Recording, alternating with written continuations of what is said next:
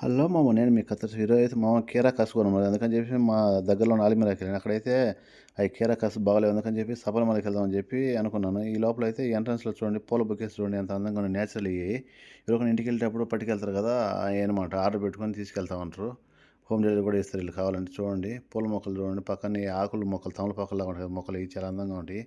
ఇప్పుడైతే మళ్ళీ నేను సపరమలకి వచ్చాను. సపరమల చూడండి ఖర్జూరం, అరటి పండ్లు, మ్యాంగో చూడండి. సీజన్‌తో పని లేదు. ఏ సీజన్‌లో కూడా దొరుకుతాయి. ప్రతి ఒక్క ఐటెమ్ ఉంటది.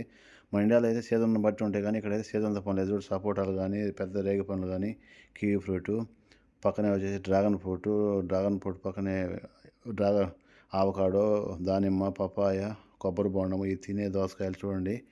ఇప్పుడైతే నాకు కావాల్సిన కీరా కసి తీసుకెళ్తా ఉన్నాను.